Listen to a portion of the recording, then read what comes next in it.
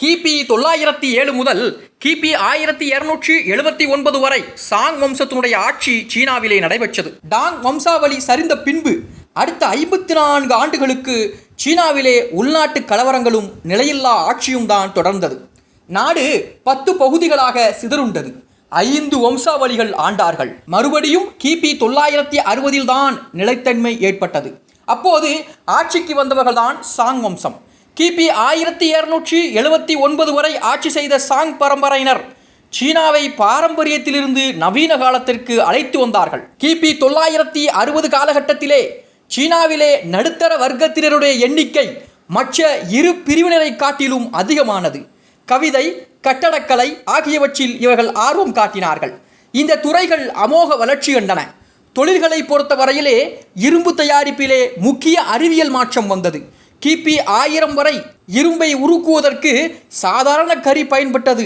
ஆனால் 1000 மரங்களை எரித்து சுற்றுப்புற சூழலை கெடுத்து இந்த கரி எடுக்க வேண்டுமா என்று எண்ணி சீன அறிவியல் அறிஞர்கள் பிச்சுமினோஸ் கோக் என்று சொல்லக்கூடிய நிலக்கரியை பயன்படுத்தக்கூடிய முறையை கண்டுபிடித்தார்கள். சாதாரண கரியை காட்டிலும் அதிக வெப்ப சக்தி கொண்ட இந்த நிலக்கரி தொழில் புரட்சியை ஏற்படுத்தியது.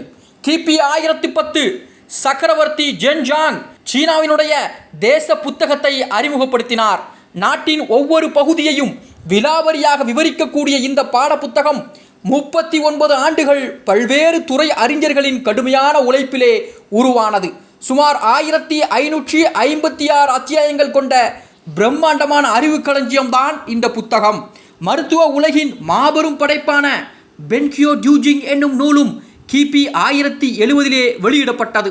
தாவரவியல், விலங்கியல், கனிப்பொருள் இயல் ஆகிய பல்வேறு துறைகளின் அறிவை சாராக பிழிந்து சிகிச்சைக்கான மருந்துகளாக்கும் சீன மேஜிக் பிரமிக்க வைக்கும் ஒரு மந்திரவாதம். அதிலிருந்து 18 ஆண்டுகளுக்கு பின்பு வருகிறது நம்மை திகைக்க வைக்கக்கூடிய இன்னொரு வியப்பு. ஷென்குவோ என்னும் உடல் முழுக்க மூளை கொண்ட சகலகலா வல்லவர் களத்துக்கு வருகிறார். இவருடைய சில பரிணாமங்கள் என்னென்ன தெரியுமா?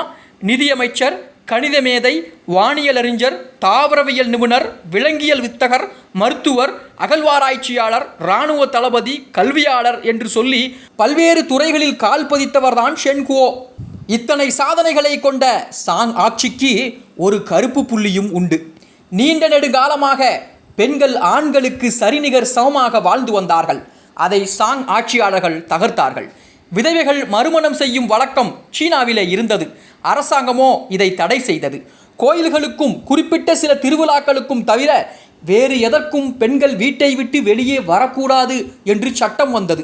அதை போல சாங் சக்கரவர்த்திகள் ஏனோ இராணுவ பலத்தை பெருக்குவதில் கவனம் காட்டவில்லை. அண்டை நாடான மங்கோலியாவிற்கு சீனா மேல் எப்போதுமே ஒரு கண் உண்டு. கிபி 1260 குப்லா கான் மங்கோலிய அரசனானான். கிபி 1265 போர் தொடுத்து வந்த அவன் சீன படைகளை தோற்கடித்து 146 சாங் கப்பல்களையும் சிறைபிடித்தான். அதைத் தொடர்ந்து பல யுத்தங்கள் நடைபெற்றது. கிபி 1279 சாங் ஆட்சி வீழ்ந்தது. குப்லா கான் தலைமையிலே யுவான் வம்சத்தினுடைய ஆட்சி சீனாவிலே மலர்ந்தது.